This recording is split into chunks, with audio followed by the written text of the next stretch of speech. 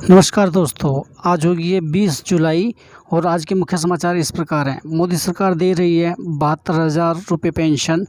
नौकरी चले जाने पर 5,000 के निवेश से कमाए हज़ारों रुपये। पीएम मोदी ने बनाया एक और रिकॉर्ड। अब ट्विटर पर मिलेगा आधार कार्ड से जुड़े सवालों का जवाब। अब खबरें विस्तार से। पति पत्नी दोनों ले सकते हैं मोदी सरकार की पीएम श्रम योगी मानधन योजना का लाभ।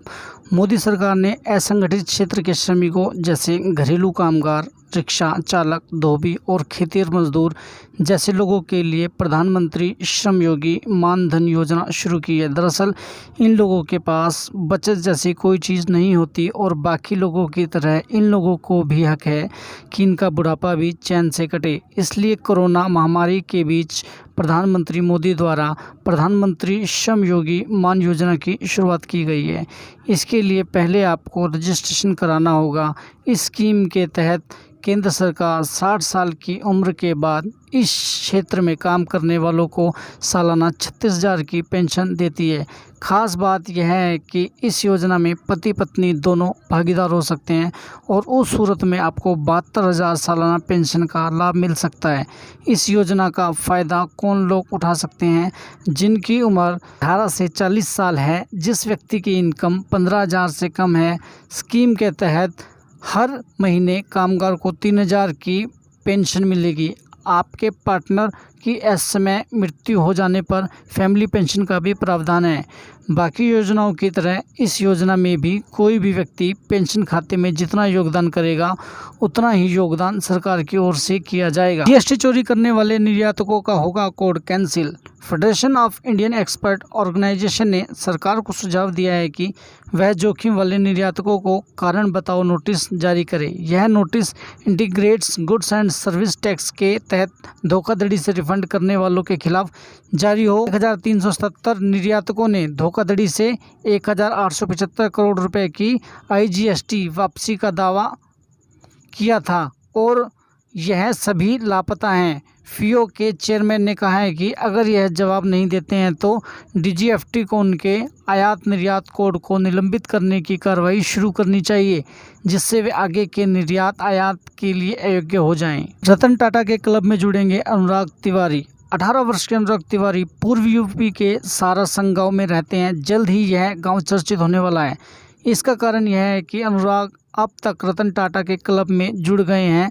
वह 100% स्कॉलरशिप के साथ अमेरिका की प्रसिद्ध यूनिवर्सिटी कार्नेल में पढ़ने के लिए जा रहे हैं। इसका चर्चा में रहने का मुख्य कारण यह है कि यह एक साधारण परिवार से हैं जो कृषि से अपना गुजारा करता है। 49,000 से ज़्यादा एप्लीकेशन में से केवल 5,183 लोगों को विश्वविद्यालय में एडमिशन के लिए चुना गया है, जिसमें से अनुराग तिवारी एक हैं। अब ट्विटर पर मिलेगा आधार कार्ड से जुड़े सवालों का जवाब।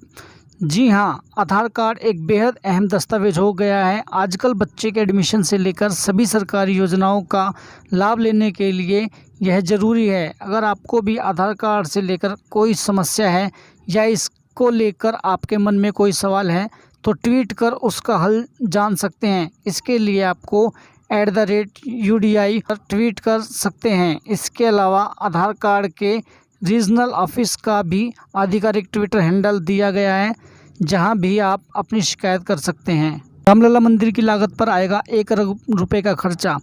508 साल का सपना पूरा होने में बस अब कुछ ही दिनों का इंतजार है।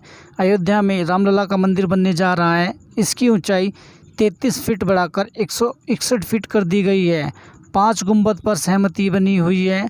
पुराने नक्शे के हिसाब से मंदिर बनाने में 100 करोड़ रुपए का खर्चा आने वाला था, पर अब नए नक्शे के हिसाब से लागत बढ़ जाएगी। चंद्रकांत सोमपुरा की टीम राम मंदिर का निर्माण करेगी। सोमनाथ मंदिर को भी इन्हीं लोगों ने बनाया है।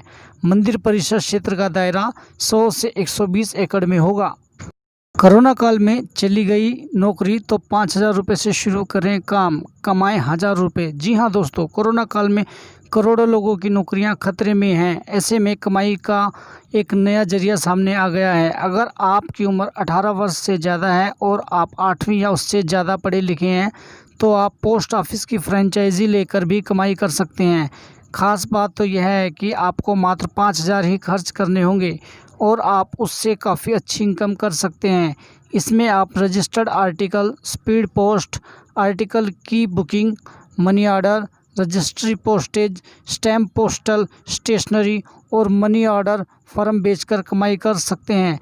ज़्यादा जानकारी आप www.indiapost.gov.in पर ले सकते हैं। 40 पुशअप रोज़ लगाने वाले पुरुषों में हृदय बीमारी का कम खतरा। हार्वर्ड TH चान सार्वजनिक स्वास्थ्य संस्थान के चिकित्सकों की ओर से किए गए शोध में टीम ने 10 साल की अवधि में 1104 पुरुषों की हृदय स्वास्थ्य संबंधी जांच की और तुलना की।